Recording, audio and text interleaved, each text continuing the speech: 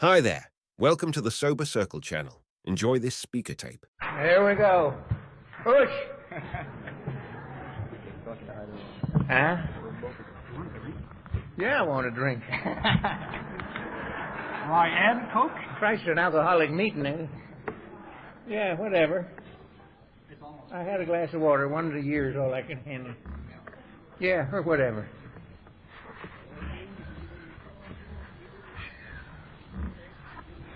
I'm here. It's getting me started is kind of like landing the QE2. But I'm very grateful to be back here Friday. You people are gluttons for punishment. If I recall, the last time I was here was hotter than a hub of hell, too, wasn't it?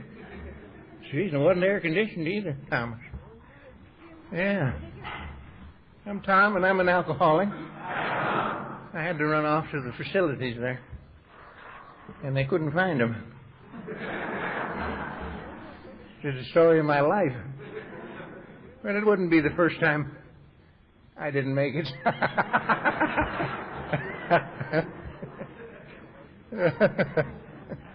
What was it old Harold Wilson used to call class? They called him Old Rusty.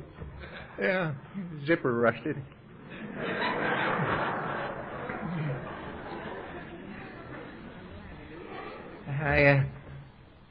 I'm an alcoholic, and I guess of the garden variety. I don't know why. Well, I heard Tom on the television the other day doing an excellent job on that interview with whoever. It looks like it's genetic now. Because every alcoholic mother in AA gives them the instant guilties. You know, well, I don't know whether my father was an alcoholic, but if you're adopted, I don't know if that counts. But who cares, you know? Who really cares why the hell you are? Some genius will figure it out someday. And when he does, it won't matter a hell of a lot to you and I, because we still got to keep doing what we're doing. And that is sharing each other with each other in this program called Alcoholics Anonymous. It's been my privilege to have been around it for a while. I don't think I'm the oldest one in sobriety here. I think old Curly at the back there, he's sober 2 days less than God. Happy's older than me, or Happy's older than everybody. This shows you can be meaner than a junkyard dog for 32 years and still stay sober. And I bribed Happy, but it didn't work worth a damn. So wonderful to see Millie and Clarence. We go back a long way. Two of us.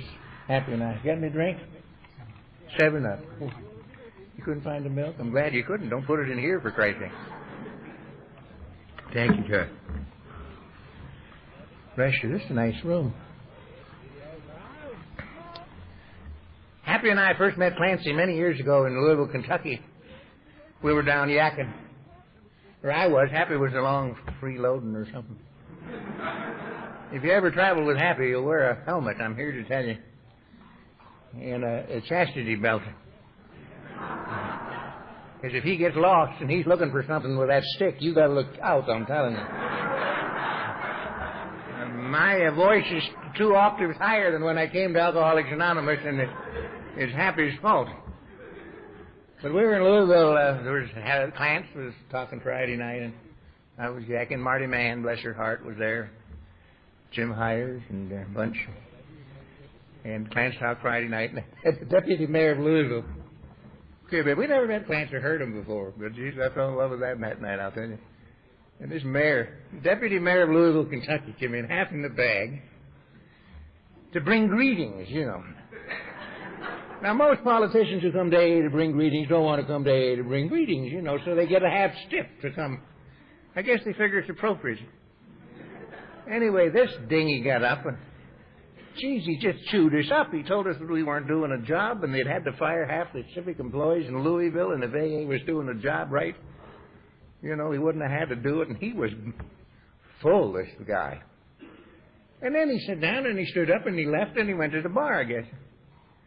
And they introduced Clancy.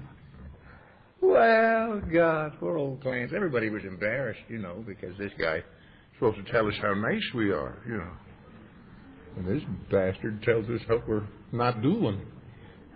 Well, when Clance finished with him, he wasn't there to hear it, but he should have been. We all felt a lot better. Clance felt if we were going after any civil servants in the city of Louisville, he'd be the first on the list. And he should have been. And he went on to give just a marvelous talk, and has been ever since. Go back a long way. Millie, of course, and I go back many years, I think even before you came to us, love. And she is special. So, as all of you are. Well, so much for the preliminaries. I have my private suite over here. You may see the sign on the door. If the door is open, I'm holding court, taking confessions and giving blessings, which ain't bad for a Protestant. I am officially. I was in Guelph a few years ago talking, and the guy gave me a real, legitimate Cardinal's beanie, red beanie. And I looked like a rabbi with a red beanie. But I guess I'm the only Protestant cardinal in Alcoholics Anonymous. Few have tried to move in. I love to skip, Bert. You play that role so beautifully. You come by it naturally, Bertie.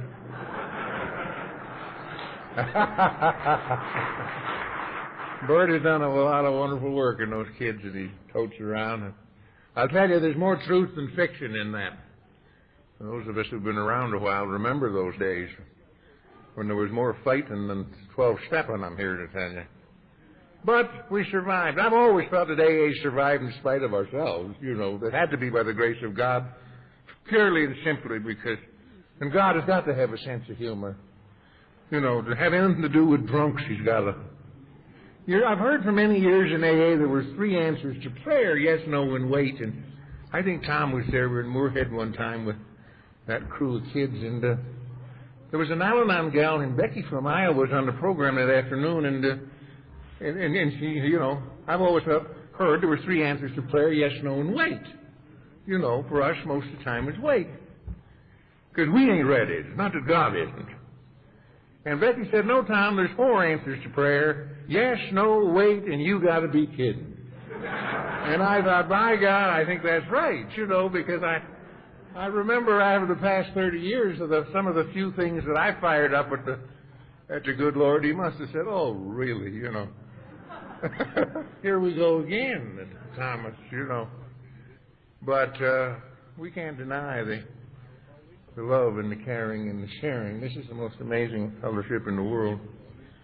I don't know of any other like it, and I'm grateful to be here. You've sustained me several times in my AA life, not just through my sobriety, but through other things, and you still are, I'm slowed down a little, but I slowed myself. I keep looking around for somebody to blame for my condition, and every time I do, there's a mirror there, and there I am. But I'm here, and I'm breathing in and out, so what the hell?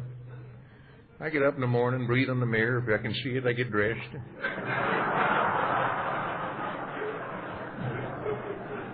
Happy and I were at a funeral the other day, and we were walking back to the car, Now, he don't look real healthy either, And I get my cane, and he's get his, and we're stumbling along. The crew of those guys with shovels, were doing their number. And one guy said, hey. I said, yeah. He said, where are you guys going? I said, home. He said, why?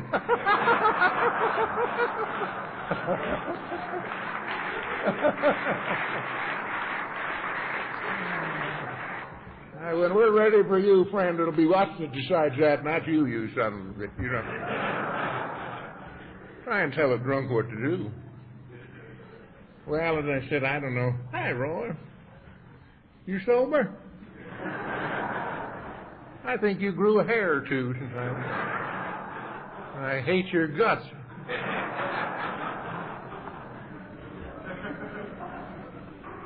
What the hell are you doing up there? Are you taping? Or are you just sort of buggering around? little guy all by himself up there. Oh, you take a bow. Yeah, nice fella. Right behind the Russian flag there. Well, I don't know. As I said, when I was born an alcoholic, it really is not too much of interest to me. You know, I'm kind of glad I never found out. You know, for I'd have researched that sure as hell. You know, there are people who think I was and those who think I wasn't. And, you know, although there's great evidence to genetic things today, we know that more alcoholics have come from alcoholic families somewhere, which is enlightening as hell. And, you know, so if you've got a rummy somewhere, you're going to have a few more. You know, I had a mess of them in my family. Of course, we're Irish heritage. But gives you a leg up on it to start with. If you're Irish and named Tom, I'd check your birth certificate. There's probably AA in the corner there somewhere. Even if you don't drink, you're liable to get here, you know. And I have some relatives that drink. They say they drink well. Oh, God, they're crazy people. I have a friend, a nice kid. He's a young businessman and his wife, and he's into the wine thing, you know. Not a wino, but yet. He's in the Opimian Society. Of course, he got 1,200 cases of wine in his basement. He did that after I got to AA, I'm here to tell you. And I get a lot of free meals off Kristen Bill. She's a marvelous cook, and I free load off them. But they don't drink wine the way I did. God, they do it funny. The first thing I thought that I liked that they did was they opened 3 or 4 bottles right off the bat. They just didn't bring one in. They brought several varieties. But geez, then they pour a little in the glass and sniff it. You know, to see how it smells. Well, who cares how the hell it Then they put a little more and hold it up to the light, for Christ's sake, to make sure the color is okay. And if it's not, they won't drink it. You know, well, I never had that problem with Jesus, it's amazing, you know. And they say, oh, you got to have this wine with this. And, you know, I'm not opposed to that sort of thing, but it's foreign to me. You know, I met a few AAs, thought that's what they did, but, you know, you don't you don't drink like that and get here. You know. If I see today he quits smelling it and looking at the color, I'm going to send him an application. But I don't think he will, because that's the way they do it. They're social drinkers, and I'm not a very humble opinion of social drinkers. I really don't have much use for them. They're gutless wonders.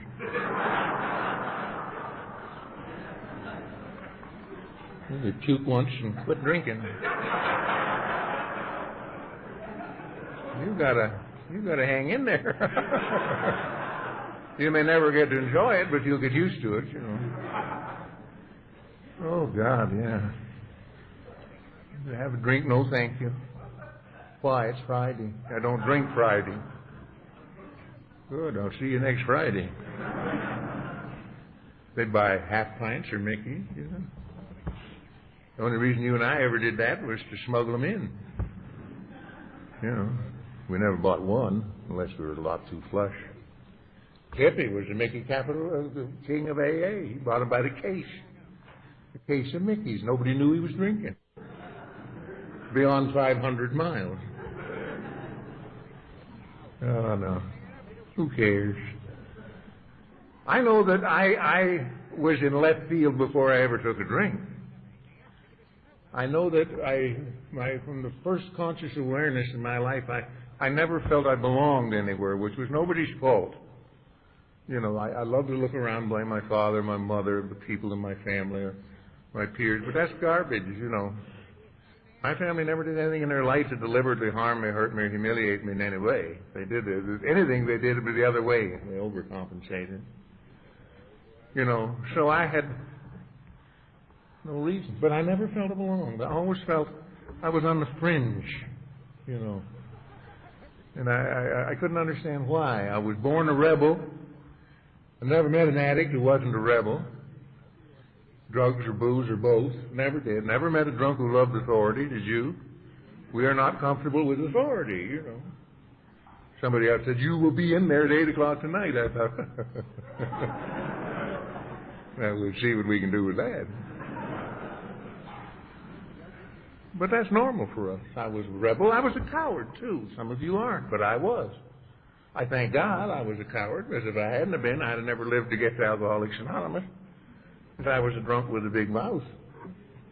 And, but I was a desperate coward. I was the guy who started to fight in the bar and run out on the sidewalk and watched them. And when the cops came, I would say, isn't that disgraceful? Every now and then I didn't get out quite quick enough, which is why I've had a long relationship with the dentist. I saw old Russ earlier. He said, how are your teeth? I said, I'll mail them to you. You phone and tell me. I was not a fighter. But I was a windbag and still am. I just never felt comfortable. There's always something down inside of me that was looking for something. I hadn't the faintest idea what it was. And I came from a family that drank. My father was an alcoholic, but it wasn't a disaster. He was a very successful man. He was a very dynamic man. He was a guy who... But he was one of those fathers, and he said something that was said. You know, we didn't have long conversations with Father. He didn't say but much in our house. But I was all right. I always lived in fear of him, in awe of him, in respect of him, but always felt intimidated by him. And he wasn't a mean drunk. He was very elderly, kind of sloppy, really. And but quite a guy. The whole family all grew up like many of yours did in an atmosphere where booze was an accepted part of the reality of our life. But we drank before dinner, and, you know, I taught them to drink during and after, and morning, afternoon, and night. But it was a normal drinking home, I guess. But I just was not comfortable. I had a speech impediment before I came to you that when I was in school and very young, I couldn't put two words together without stuttering, you know. And that doesn't do much for your ego, and particularly in school, you know. And my father was a man of no patience, and we'd sit down at the dinner table, and he'd say, how was it today? And I'd go, I'd say, what? No, jeez, you know. I'd die, and, you know, and I'd get, you know. And I always felt, oh, Lord. And I lived there, and I just didn't feel comfortable. I always had something inside me that said, you don't fit, you don't belong. And I couldn't figure out why. And I never took a drink. I don't know why, till I was 14. And I could have thought if I'd known what it did to me when I took one, I'd have started a hell of a lot sooner, I'll tell you. But I didn't. It was always there. I just never took it. My family were bridge addicts, and Jesus, bridge games in our home were wound up in World War II, you know. At the dinner table, somebody would say, let's invite so-and-so over for a quiet evening of bridge, and geez, I'd start to shake. It was just a little guy. I knew that when we wake up at midnight and they're screaming and yelling and throwing their things, they took it seriously as hell. But I hated bridge, still do. I've never played it, you know. I thought, Jesus, if that's a quiet evening of bridge, I hate to be there when they get serious about this thing, you know. And it was a little frantic. My father, I remember one day we were out driving in the car. At 14, I was nearly as big physically as I am now. You know, had a little more around the top. And I used to say a little less around the middle, but I don't have it anymore. Yeah, aren't I nice and thin in that? Yeah. I just noticed, for Christ's sake, it cost me a fortune in clothes. Going up and coming back down again. And my father gave me my first drink of booze, and, you know, doesn't mean anything. We were out in the car in the country. I was driving, I remember. He was teaching me how to drive. God, that was an ordeal. My father had a saying, if you want good roads tomorrow, stay out of the ruts today. And he'd repeat that again and again and again. So I nearly jumped out of the car. And this day was a nice day, something like today, only not as hot as fall day as I recall. And we're driving along, and we'd run out of pop, and Father had a beer. He was sober. He was a big guy. His head about 6'3" or 4" to 250, 60, bald as an eagle. Big bird. He said, pull over to the side of the road, so I did, and he said, would you like a bottle of beer? And I'll never forget as long as I live how I felt when he said that, because I grew up conditioned to believe in my society that when you reached a point of life where they could give you a drink or they accepted the fact you could drink, you would reach the point of maturity. You would become a man or whatever the hell it was. And here my very own father had offered me a beer. And I thought, man, I have arrived. And I said, yes, sir. You served him a lot.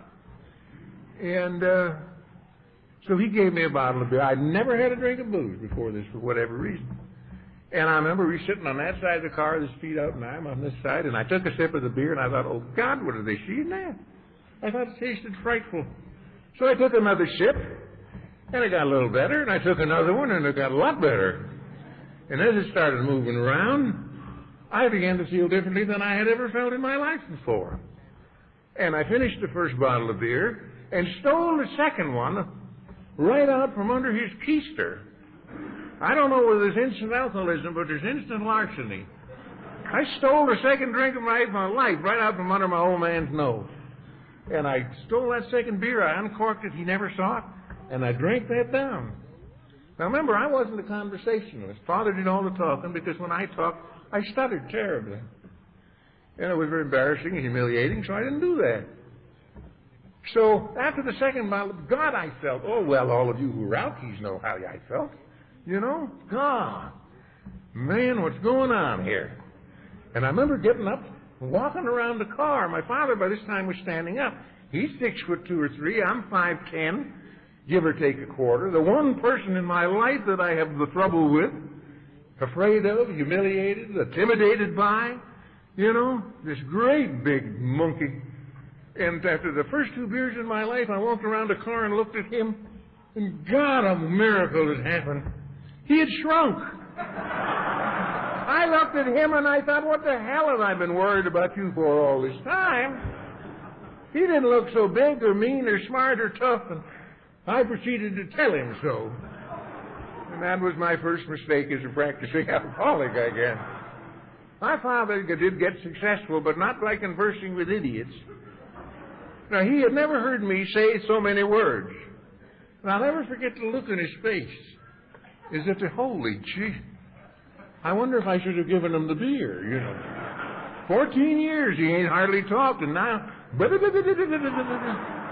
And he had the strangest look, you know, at this idiot. And he said, get in the car, we're going home. I'll drive, says he. I'll drive, says me. So he thought, okay. And on the way home, I finished the lecture. 2 beers. Went home, went to bed. Got up in the morning. God, felt great. You know, 2 beers, no 2. I was a track man and a swimmer. So I'm pretty good physical shape. I got up in the morning, and God, I felt good. And I remembered what had happened the day before. And I did as many as you hear say, don't do this if you're going to drink, and that is think. You know, I got to thinking, I think I got that old boy Ace now. He'll never be a problem for me again. And I remembered a few things that I wanted to tell him but forgot. So I went down the hall of this home of ours, a big home, and into his bedroom. He had his own fair at the end of the house. And opened the door, kind of like Loretta Young used to, you know. And I said, hey, it scared the hell out of myself. I had never talked to my father like that in my life. And I looked around hoping somebody else had said it. And there was nobody there. My father was laying in bed. He's a big guy. He got a belly on him and looked kind of like, you know, Mount Vesuvius or something. And I remember him looking up with that, oh, Lord, it's still going on look, you know. And he swung around and he sat on the side of the bed, and I'm moving in to finish the pitch. And he stood up and, oh, God, he grew up again. Well, I got to thinking again. Now, yesterday I could handle this bird, and today I can't. What the hell's the difference between then and now? My answer to me was 2 beers. I said to my father, don't go away. You aren't going anywhere. He may have wanted to. I ran downstairs, found 2 beers, drank them, came upstairs, finished the lecture. He never said a word. Smart man. You don't argue with dingies. You and I know that if a person's real drunk, we don't get into intellectual conversations, you know. Well, I spent that day thinking that, God, if it'll handle my number 1 problem, it'll handle number 2, which is Mama. At 14, Mama gives you a little action on occasion. It'll handle teachers and preachers. I also noticed that I could talk, but I had a little booze. And even when I did stutter, it didn't matter, damn. Because I wasn't embarrassed, you know, if you're half full, who cares, you know. And I started to broaden out the influence of alcohol in my life, like we all did. Whenever I got uncomfortable, or if that little thing was going on down here, I'd pour a little of that sauce down and level it off, and away we go. But I discovered very quickly that it took more to get the same effect over a period of time. Where at 14 it took 2 beers to get me and my father where I could handle us both. At 16 it took 10. At 18 it probably took a quart. And from there on, 19 on, nothing worked good at all. I could drink a lot of it, but I couldn't handle them. It reverses itself, it seems. At 19, I was diagnosed by a doctor in this community as a chronic alcoholic, who I thought was stark raving mad, and told him, I'm 19, I come from a nice family, I live in the best part of town, I go to school, I'm smarter than hell, and this idiot is telling me I'm a chronic alcoholic. And I looked at him, and he didn't look too smart. So I mentioned a couple of medical colleges that I thought he needed a little postgraduate work in.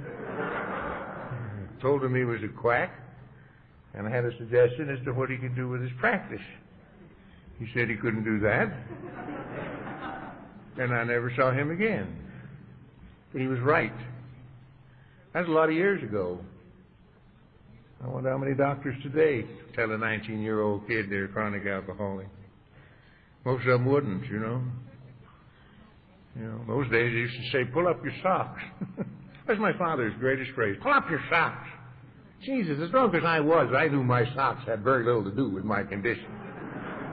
Christ, I had the highest socks in town, and I was with garters yet, and I was still stiff as a goat, you know.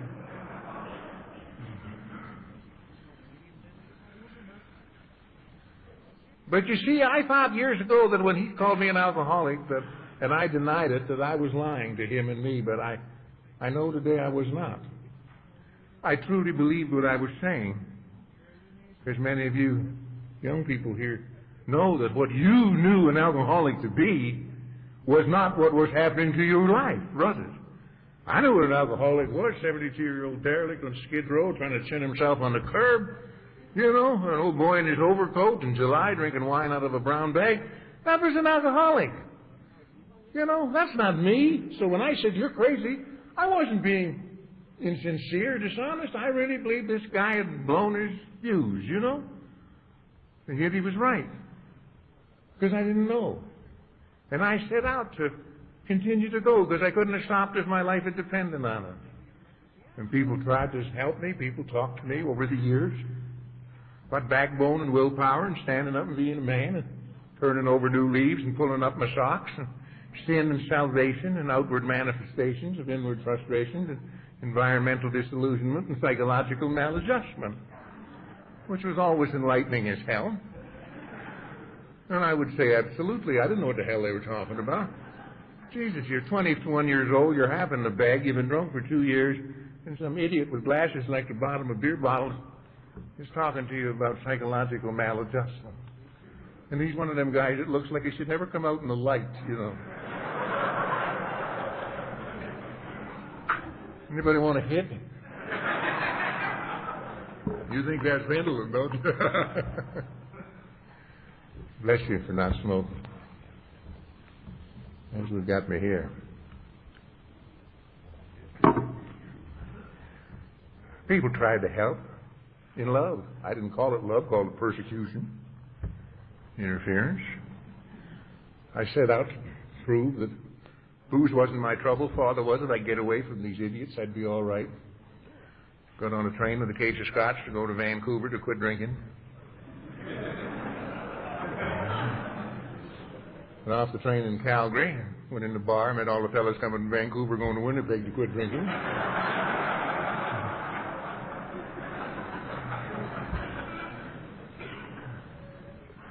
Vancouver, nobody helped. So I went to Seattle and San Francisco, Los Angeles,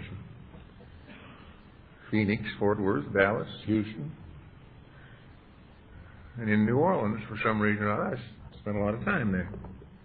I either fell off or got off, whatever the hell I was riding on, and I was there again. I used to drink with a little Cajun guy named Julie.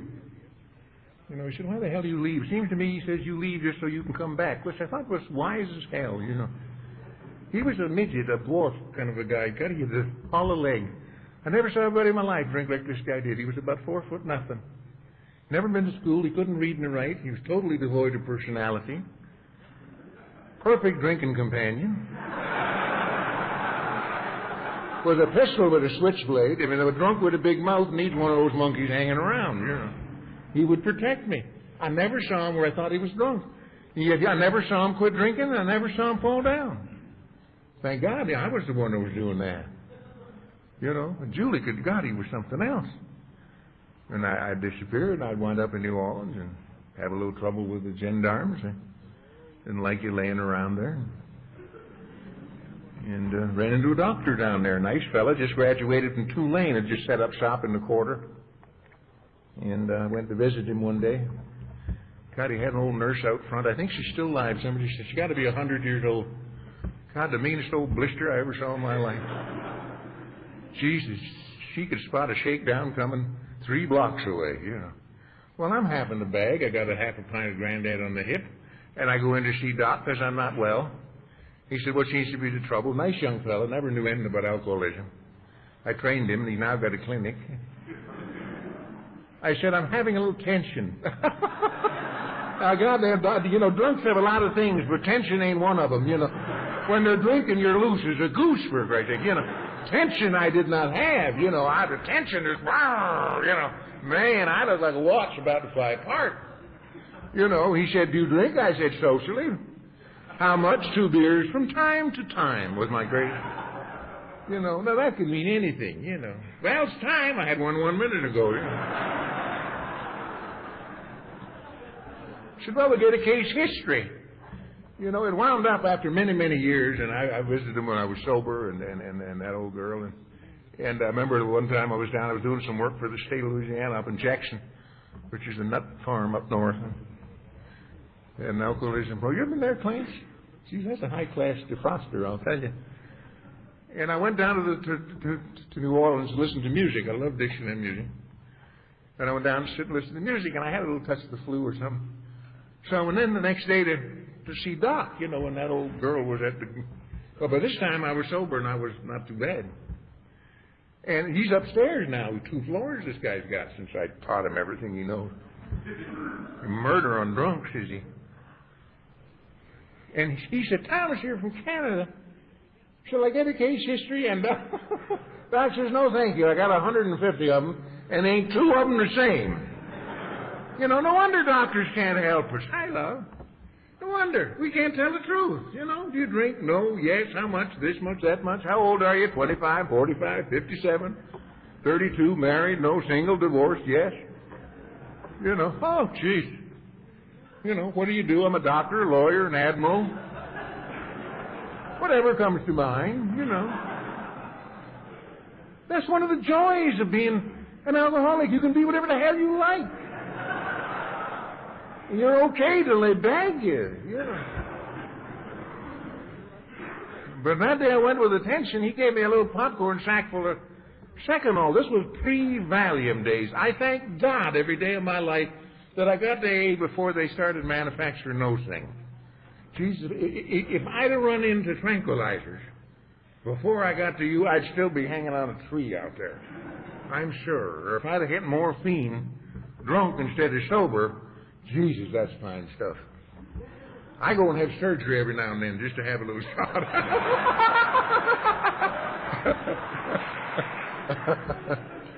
Well, time for your shot. Oh, I met a lot of AAs do that, yeah. 20 minutes before or an hour before their next one, they're saying, oh! That's good stuff. It'll kill you, but it's good stuff. But I thank God. So he had seconal, which was sleeping pills, because I told him I was very tired. Which was true, because drinking is a hell of a strenuous occupation. And he said, Tom, I want you to take one of these. Verbal prescription that said take one when you don't feel good. Well, God, I never felt good, you know. Drunks never feel good. They feel a little better some days than others, but never good. So I took my little sack of sleeping pills, and he said, now I want you to promise me that when you get tired, you'll lay down and rest. So I said, okay, I'll do it. So away I went out on the sidewalk. I forget what the hell he was on. He was on Cottage Street, I think, or I'm just off of Bourbon anyway. No, I couldn't have been too far off of Bourbon, or I'd have never made it. And I went out on the sidewalk and had a little honk out of the drink bottle. And, you know, he said, take one. Well, of course, you know, we don't good with prescriptions. I said, well, if one's good, three's better. What the... So I popped 3 of those, washed them down with a little granddad. Now, if you are an alcoholic and you're drinking, and you're taking sleeping pills, and you got to go somewhere, you got a timing problem. You got to get there before you go to sleep. Well, I didn't know that. So away I head off to wherever it was I was going, probably Pat O'Brien, and I get very tired. About 2 blocks away, and I remember the doc had said, Tom, when you're tired, lay down and rest. Down I went, right on the sidewalk. And I'm resting. It was a nice afternoon. And a cop comes along. The cops in New Orleans really were not too tightly wrapped. They were dumb in those days. Geez, they were working for $20 a week and all they could steal, you know, which was considerable. And this guy came along, kicked me with his toe, and said, what the hell are you doing? Well, it was obvious, you know. I looked at him, I said, oh, Jesus, you know. I said, I'm resting.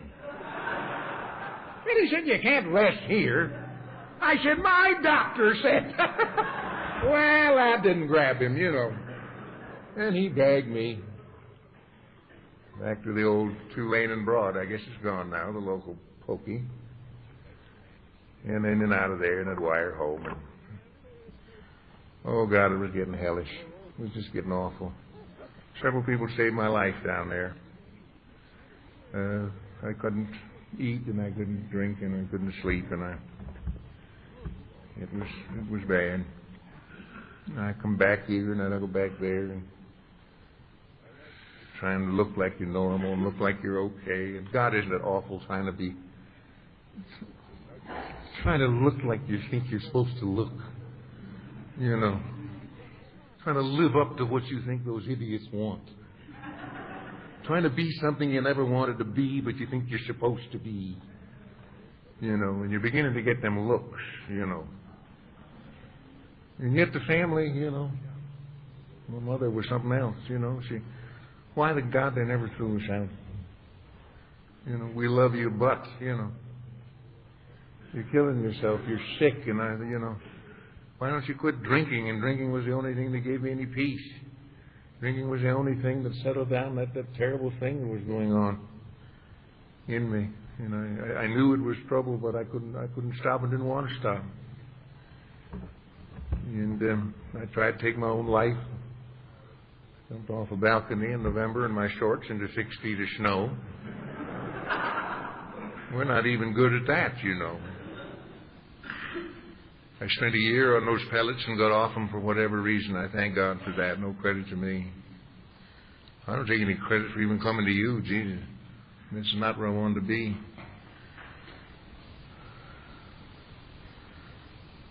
I wanted to die, and then I was afraid to die. And there are 2 people I knew, my contemporaries, were starting to go to this thing called Alcoholics Anonymous. And somebody had left a little thing on the arm of a chair that I used to sit in or sleep in or whatever. Well, I homesteaded, for Christ. And I remember reading this briefly. I read about 4 lines and thought, what the hell? Shredded it. And then you go to the dinner table and somebody says, so-and-so's joined AA. You know, you thought, well, good for them. Gutless wonder. Don't you think I should shut up? But I got to thinking. I inquired about AA from all the drunks. And amazing, most drinking alcoholics don't tell you anything bad about AA. We're not stupid. We know that maybe we better just keep the door open, you know. But every now and then you run into one who tells you what you want to hear, the religious fanatics, gutless wonder. I ran into one who said they taper you off from 10 drinks a day down. Now, that guy interested me. God, I hunted for that group, but I never did find it. A cheap bunch I got to never served us a drink, did they, Tom? On New Year's Day, 1956, in Lac de Bonnie, just as drunk as I could be, I talked with Bernie, my friend who'd gone to AA 2 or 3 months before. I drank a little with Bernie. He'd lost his wife and kids briefly and wound up on Skid Row in Toronto. I'd never been on Skid Row in Toronto. Yeah, the sleep of some of them joints I was in the quarter, though, I'll tell you. But that wasn't Skid Row. Skid Row, New Orleans, is Camp Street. If you're not on Camp Street, you're not on Skid Row. If you're in the French Quarter, you're a tourist attraction. I say, there's another one, you know. And then Bernie was there. And I remember we went over to Bernie's family's home. They were having a reception or something. I was full. God, got up that morning, started drinking 6 o'clock, and I was loaded. You know, enormous capacity. And I remember I was with my family. I didn't get in any trouble the night before New Year's Eve, you know. I'd been, pardon me, 10 times as sick, 10 times as scared, 10 times as much trouble. Why it happened to me the day it did, I'll never know, so it's got to be God's grace. There's no other reason. None! No other reason. I was a tank prayer, you know. I prayed in tanks. Get me out. He did. Away we went. We went to this party, cocktail party. I fell in the front door, slid into the living room on my belly button. I said, there's Tom. This was not a new way for me to arrive, you know. Pick myself up. You know, when you do that, your family all of a sudden is in a conversation over here. You notice that? They ignore you. For good reason. I picked myself up, went into the kitchen. Bernie was there. This guy had joined AA. Yeah. He was tending bar. And he was smiling. I thought, did you know anybody who didn't drink who smiled when you were drinking? I never did. The only people I knew in my life who didn't drink by choice belonged to Women's Christian Temperance Union. And they were not a joyous-looking bunch of girls, I'll tell you. They all looked like they smelled something. Talked about the joys of sobriety. I know it. If you quit, you're going to look like that goddamn prune, and that's it. You know? No way. Plants, I love plants this phrase. The ladies with the thin blue lips. Oh, geez, the first time I heard you say that, I fell off the chair. Because that's what I remembered them as, you know. What does she do? She doesn't drink, I'll believe it. It was Bernie. He wasn't drinking, supposedly. He was tending bar. He was up to eyeballs in booze, and drunks were hanging on his shoulders, spitting in his face. You know? He was smiling. I thought, I bet he's had a pill or two. That's what he's doing. So I went up. If you'd have talked to me going up and you'd have said to me, you're going to talk to Bernie in a few seconds about going to Alcoholics Anonymous and quitting drinking, I'd laugh in your face. I'd looked at you as if you came out from under a flat rock. I went up to Bernie. I wished him a happy, because I wasn't sure what the hell it was. Happy covers it all. Christmas, Easter, birthday, what the hell. He gave me a drink. I turned around, walked back about 6 feet, took a drink out of it, put the drink down, and walked back and tapped him on the shoulder. As I recall, said, Bernie, I got to talk with you. He said, fire away. I said, not fear. Geez, you wouldn't want anybody to know. No, he had a drinking problem, you know. I don't know anybody within 100 miles of that dump that didn't know I had a drinking problem. And I just arrived on my belt buckle. You know, but you got to watch your image. Did you get dressed up to go to your first AA meeting? Jesus, I did, like a East Texas class doctor, I'm telling you. Oh, got to get dressed up. Then you park around the corner and hope to hell nobody sees you going into the leper colony. Bernie says, we'll go downstairs. You know what the hell I'm talking about. He knew I had drinking problems, right? We went down, he opened the basement steps, damnedest set of stairs I ever did. Said, after you. But if I fall, I want to fall on him. And I went down with my hand on his shoulder, and his foot touched the basement floor, and as I recall, I cried out, literally cried out, Bernie, how the hell do you quit drinking? I can't quit drinking. And he turned around, and he smiled and chuckled. But I knew he wasn't laughing at me. I couldn't understand it, but I knew he wasn't. And he put his hand on my shoulder, and he said, sit down. He started to talk, and he talked like nobody I'd ever heard talk in my life. And he smiled through his eyes and his face and his mouth and his whole being. And he started to talk about the one thing I couldn't defense. He talked about him. If he'd have talked to me about me, we were used to that, weren't we? I had the answers to that before you thought up the questions. Why do you drink? How much do you drink? Can't you see? Quack, quack, quack.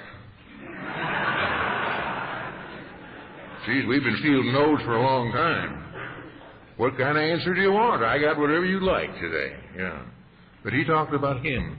And he didn't talk about had I been in the hospital or been in jail or how much did I drink or who have I hurt or why have I broken any hearts or... He didn't talk about backbone or willpower or this. He talked about his own life and loneliness and hopelessness and fear and futility and guilt and remorse. And God, he built a bridge of understanding, the like of I'd never experienced before, which I could not stop walking across.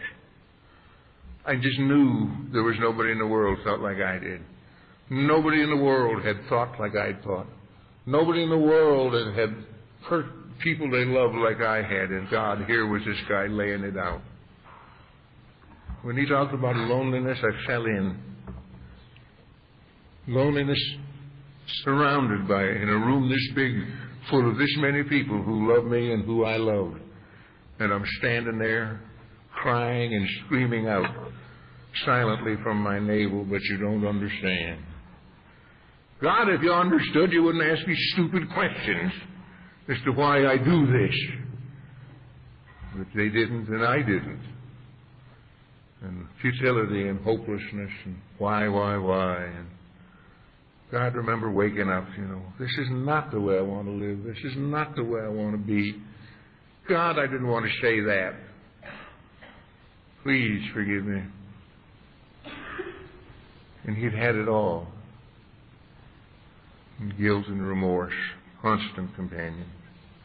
And he said, let's go to a meeting, Tuesday or whenever. I said, sir. But remember, I was loaded. And I got more loaded as the day went on. But I never forgot. And that night I went back. I had to leave a party with my family because I was so drunk. I was beginning to disappear literally off the face of the earth. You begin to bloop, yeah. And they loaded me up and took me home. And I guess I had a little siesta, and then I started playing cards with the family. I don't remember this, And I remember Chuck talking about coming out of his blackout. And I think I nearly died when I heard that. That's what happened to me. All of a sudden I was awake. And I was across from my mother, and I said this. I said, I got something to tell you. She said, that's nice, that's nice. I said, would you be the God, there's got to be the ultimate. I said, would you be ashamed of me if I went to Alcoholics Anonymous? She said, I remember reached over and she put her hand on mine and she said, honey, I'd be the most proud person on the face of the earth. And that was it. That's all I can tell you. Tuesday, Bernie phoned and said, you ready to go to a meeting? I said, geez, I'm sorry, Bernie, I can't go tonight. I got an important business appointment. I was trying to keep breathing. Oh, God, I was sick. You wouldn't want to go to AA, looking like you weren't well. I was shaking so bad, total strangers are waving back at me, Walk down the street. Oh, hi, says somebody you never saw before. You didn't wave at him. You're just... You know, you're just moving it around, that's all. And the next day, I thought they went on 2 or 3 days, but Bernie corrected me a while ago. The next day he phoned and said, I said, no, I don't think. Well, he said, phone me when you want to. And God, I thought I'd lost him. And I forgot about this for many years. And Bernie said, no, that ain't the way it happened. And I said, I'll go tonight. Because I thought, oh, God, if I don't go now, I'm dead. And this was the 5th of January, 1956. God, it was cold as hell. And I hadn't had a drink since the 3rd. But you know, since that, when I woke up that 2nd of January, I had a drink or two, but I knew I wasn't going to drink anymore. It was medicine. I knew I had to have it to keep them flying out the window. Did you have that experience, your last few drinks? You just knew it wasn't going to start again. That's a spiritual experience. Has to be. You know. And I remember walking in that meeting in 167 Lilac, and I think old Happy was there that night. And I looked at him and thought, well, geez, a good thing he quit drinking, you know. One more slow walk by a corpse, somebody could die, you know. But I was amazed. I went with Bernie, picked Bernie up. For 3 months, I drove him and my other friend Ross and all the people who I considered my sponsors. I picked them up and drove them to a meeting. And about 2 months, a new guy came in. He'd been there a few weeks, and he said to me, sitting on the couch at the old Lilac Street Club, which is still there, he said, God, these are wonderful people. And I said, yeah. He said, they're so attentive, they pick you up and drive you to meetings.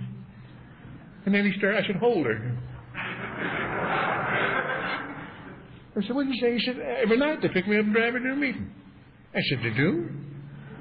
I said, they haven't driven me to a meeting once. I got to go all over town picking up these bums. And they say, me at 2 and me at blah, blah. That's the cheapest bunch you ever saw in your life. I didn't think they drove. Well, we put an end to that. But I remember that first night walking in, and there was a colonel I had known who was out at Fort Osborne. And I'd done business with Dal. And he's still sober. Out in Victoria. God, it's 40 years at least. Big, tall guy. And I would go in, and the officers' mess was in between I was supposed to be working and where I was supposed to be living. And I'd drop in for a few days every now and then. And they just kind of put up with me. And Dal was always there drinking ginger ale. And I thought, oh, really? What kind of a guy who drinks ginger ale gets to be a colonel? He got to be a relative of the prime minister, you know. Well, she's the first guy I met when I walked in the first day of meeting of my life was Dal. And Dal walked up to me and said, well, I see you finally decided to join the professionals. And I thought, what the hell are you talking about? He said, Tommy, these guys know more about drinking and getting over it and the hellishness of it than anybody on the face of the earth. It's good to see you, and God, he made. But every one of them had eyes like I'd never seen before, and they were all smiling. I never expected that, did you? I thought they were all going to be sitting around, probably on open-end nail kegs, doing penance.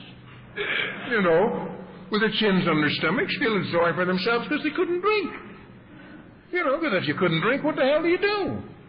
You know, so here they were laughing and cackling, and geez, I thought, that's a strange crowd. But you're attracted to them. And I went in, and they brought me a coffee, and I promptly spilled it. And a little man with a mop came out. Didn't bother them a bit. And that dummy brought me another coffee, so I spilled that. Then they brought me a Coke. They wise up eventually. God, you know, what the hell. Did you ever see an alcoholic use a spoon with cough medicine? Take 2 teaspoons. What in the hell are you going to do with a teaspoon? Watch an alcoholic. He'll be sober 50 years. Take 2 teaspoons. Boink, boink, that's it. I got that measure down perfect, haven't you? 2 tablespoons, an extra, you know? And the doctor says, get 2 teaspoons. I said, yes, doctor. Gee. And they talked, these people, about themselves. That night they sat around, and then they came to the end of the meeting, and it was cold, but the old Lilac Street Club, I said, they ever get the heat fixing that dump? You know, geez. In those days, we never got a plumber sober long enough to fix anything. We just get him nearly quit shaking, and he get drunk, you know, right? And it was either too hot or too cold. You had to open the front door in the wintertime. It was 30 below that night. I went to my first day meeting. You know, and we get up to say the Lord's Prayer. I don't know what the hell we're going to do. We're all in a circle. And the front door is open, and I'm looking right at it. And I thought, oh, God, what if somebody sees me? Geez, I didn't even know where Lilac Street was before that night. And anybody I knew didn't know where it was unless there was a bootlegger on it. You know? But I had visions. Oh, God, a few of my old buddies. walking down the street, going by that door, looking in and doing a double take, you know, half in the bag, all of them, you know, and a guy going by and saying, "Hey, guess who's in there?" "Who?" "Tom." "What's he doing?" "Praying." Well, there ain't no way in the world, you know.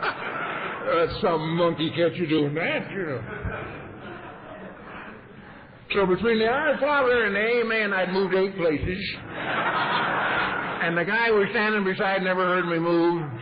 Because when they said Amen, he said, "How did you enjoy it?" And I wasn't there. We're not stupid, you know. We look not too bright some days. Well, a few days later, I met the guy who was to kind of guide me through this thing. But it was men like Happy and Dal and old Don and people like that. Ross gave me the big book.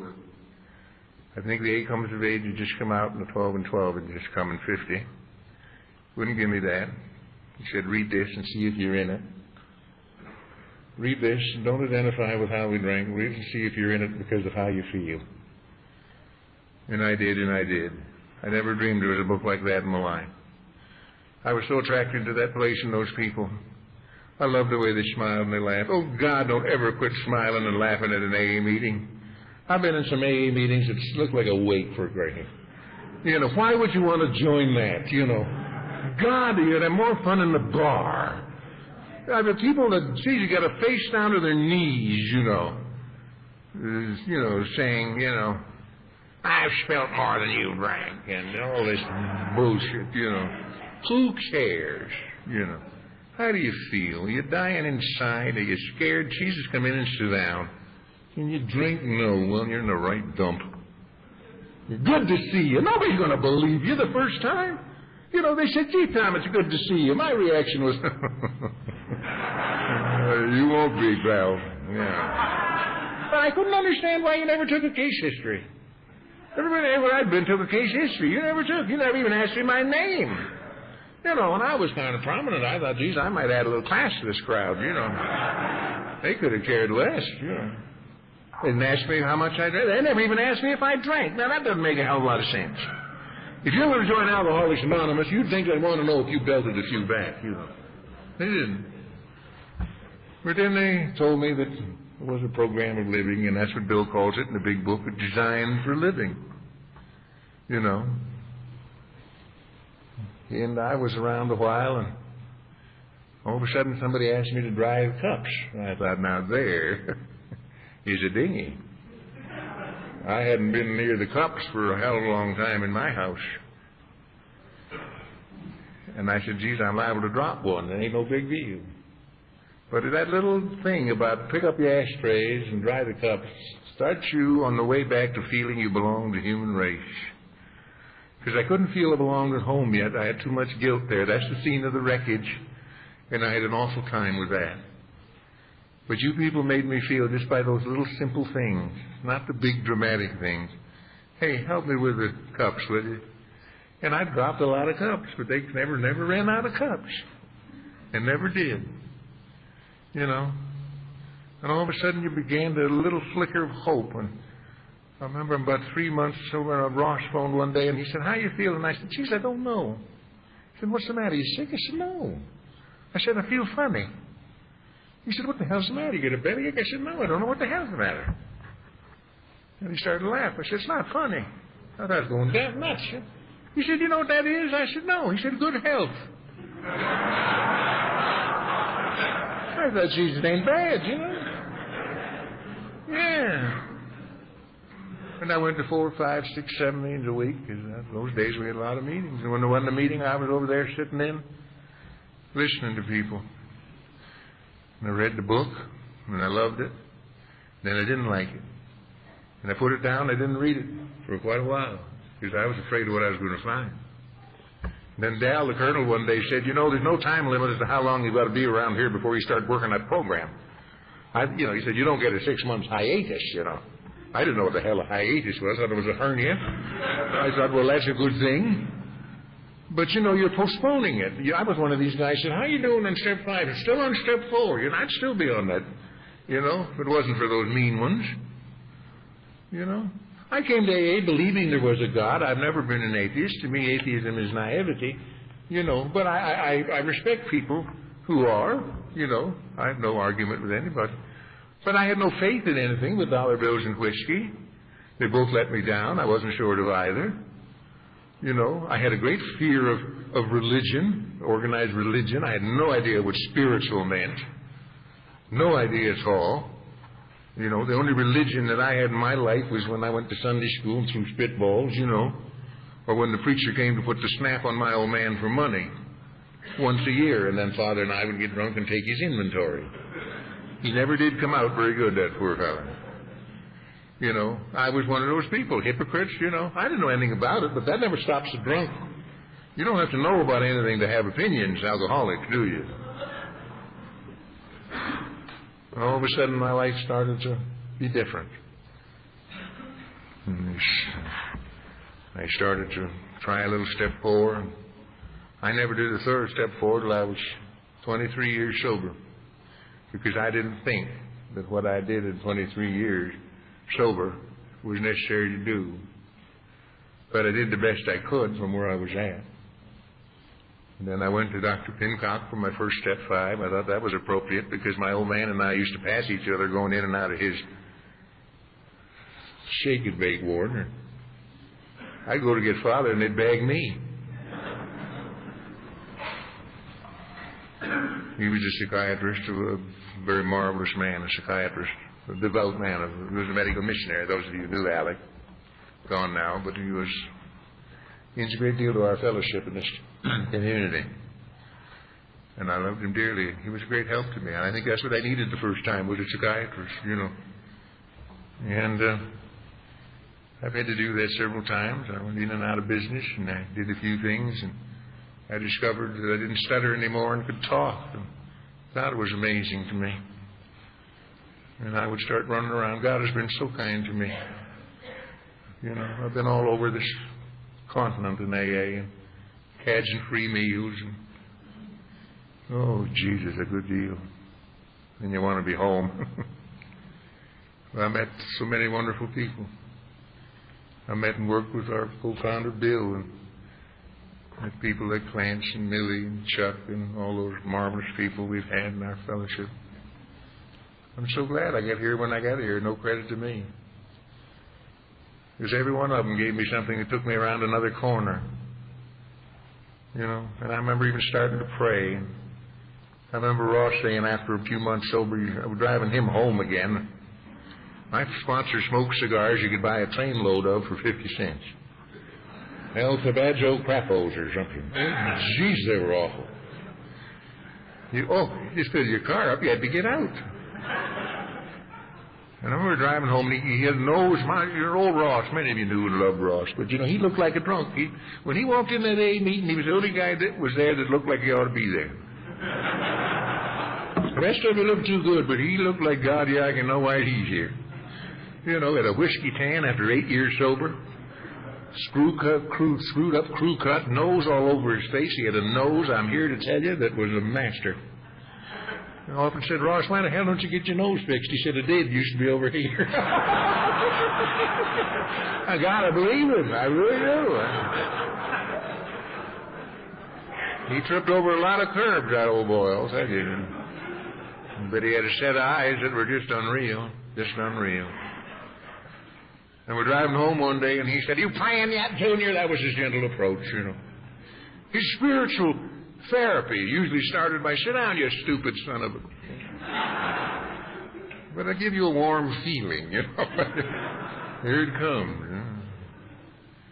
I said, am I what? He said, are you praying yet? I said, of course not. Still on step 1. Don't mention praying in step 1. He said, well, you better get with it. I said, Ross, don't get pushy. God, don't you hate those pushy sponsors? You know? He said, well, you better get with it, or you won't stay sober. Well, that guy got drunk last week. Yeah, he wasn't praying. I thought, how the hell does he know? I figured that out about 3 days later. He don't know if he's praying or not. That's bullshit. Turned out he was right. I said, I can't pray. He said, why? I said, you get all squiggly, you know how you get, you know. When somebody starts talking about praying, you know. I said, I can't pray. You got to have an answer for these dingies. He said, why not? I said, God will think I'm a hypocrite. I thought that ought to get him. He said, that ain't going to be news to God. I thought, well, that's not very nice. But he's right, you know. If God is God, he already knows we're a $7 bill, don't he? You know? What are you going to hide from God? But whatever he knows about us, it still must be all right because I'm here and I'm sober.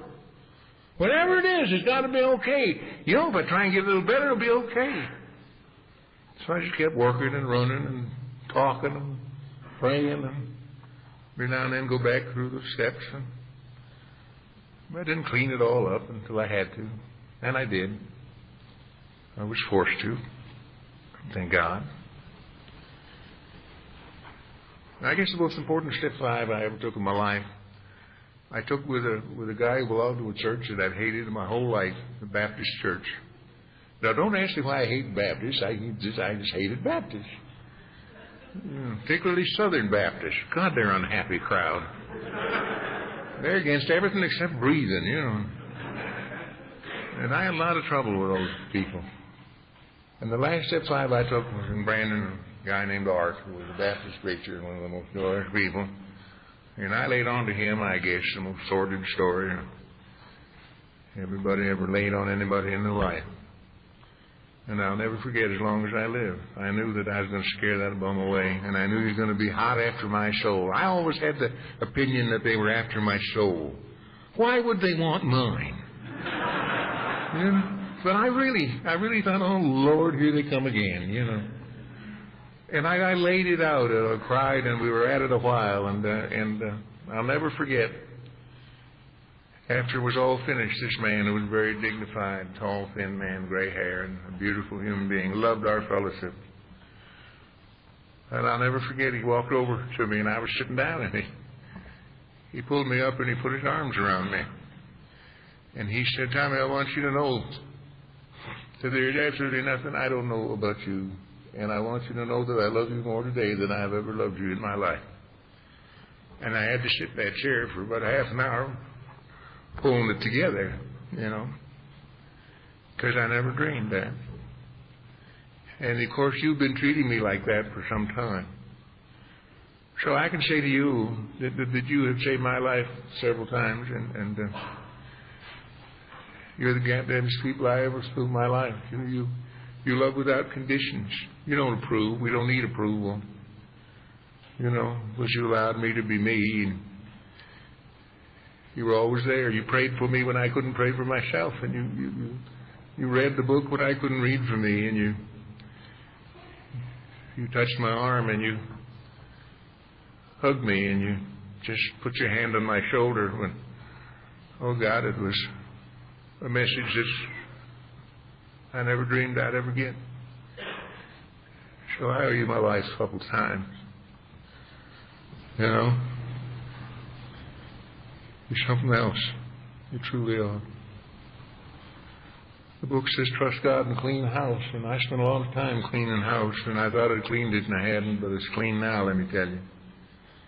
Man, I spend a lot of time these days in my own company, and I have a lot of trouble getting out of my own road.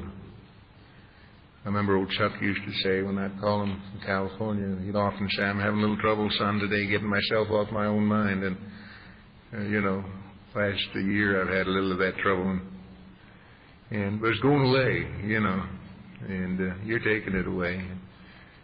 But, you know, I'm reading the books that I haven't read for a long time, and I'm talking to God more than I've ever talked in my life. And it's great, you know. It really is. And some days I want to feel sorry for myself. Oh, God, I've rehearsed it, you know.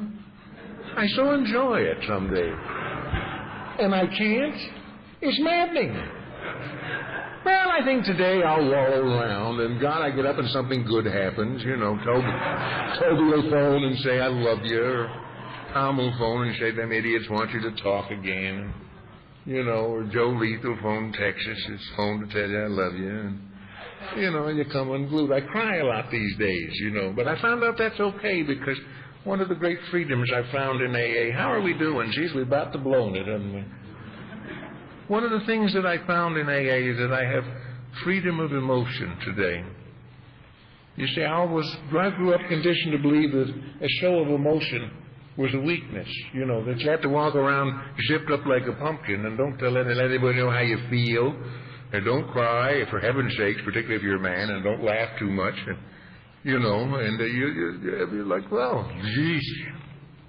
You know, so you walk around with whatever mask is appropriate until you get drunk, and then you don't know what the hell you get on. And all of a sudden, over a period of time, I found out that I could be free emotionally. That it was okay to cry. Chuck taught me that. Because he'd meet me at the airport and he'd hang on my shoulder and he'd cry. For no reason at all. I just said we hadn't seen each other. And so I cried, you know, and I thought, geez, I hope nobody sees this. Yeah.